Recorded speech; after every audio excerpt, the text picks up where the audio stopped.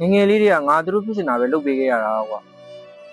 အခုဒီငါ့ကိုဘယ်သူမှဘာဖြစ်ချင်တယ်မမေးခဲ့ကြဘူးဒါပဲကွာ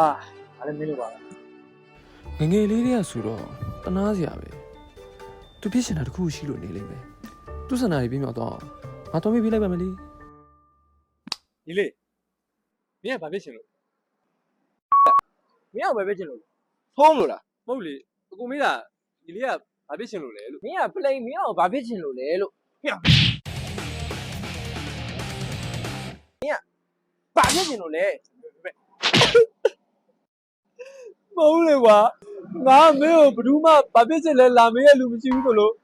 ငါလာမေးရအောင် ဟောမသိဘူးလေခမရဘာဖြစ်ချင်လဲဆိုပြီးဖဲတယ်ထင်လို့ပေါ့ဟာဟဲ့ငိုပါနဲ့ဟဲ့လူငိုနဲ့လေဗျာဟဲ့လူငိုပါနဲ့အကိုရဲ့